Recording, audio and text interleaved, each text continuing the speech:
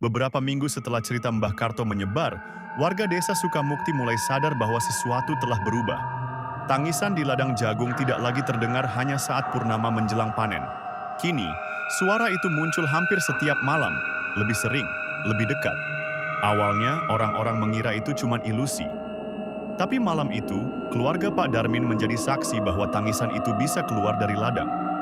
Sekitar tengah malam, saat semua orang di rumah sudah tidur, istri Pak Darmin terbangun karena mendengar suara lirih dari luar jendela kamar. Heh, heh, wah! Ia mengira ada orang yang butuh bantuan. Tapi ketika ia mengintip, yang terlihat hanyalah pekarangan rumah mereka yang diselimuti kabut tipis.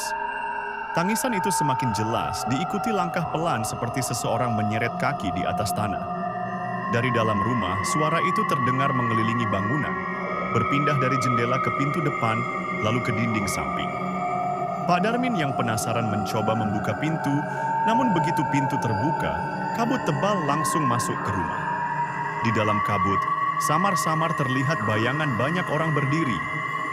Wajah mereka pucat, mata besar dan basah, dan mulut mereka terbuka meski tangisannya terdengar dari tempat lain. Keluarga Pak Darmin menutup pintu rapat-rapat dan berdoa tanpa henti. Tapi sejak malam itu, warga mengaku sering melihat kabut bergerak sendiri melewati halaman rumah mereka. Dan yang paling mengerikan, setiap kali kabut itu lewat, jumlah suara tangisan yang terdengar semakin banyak.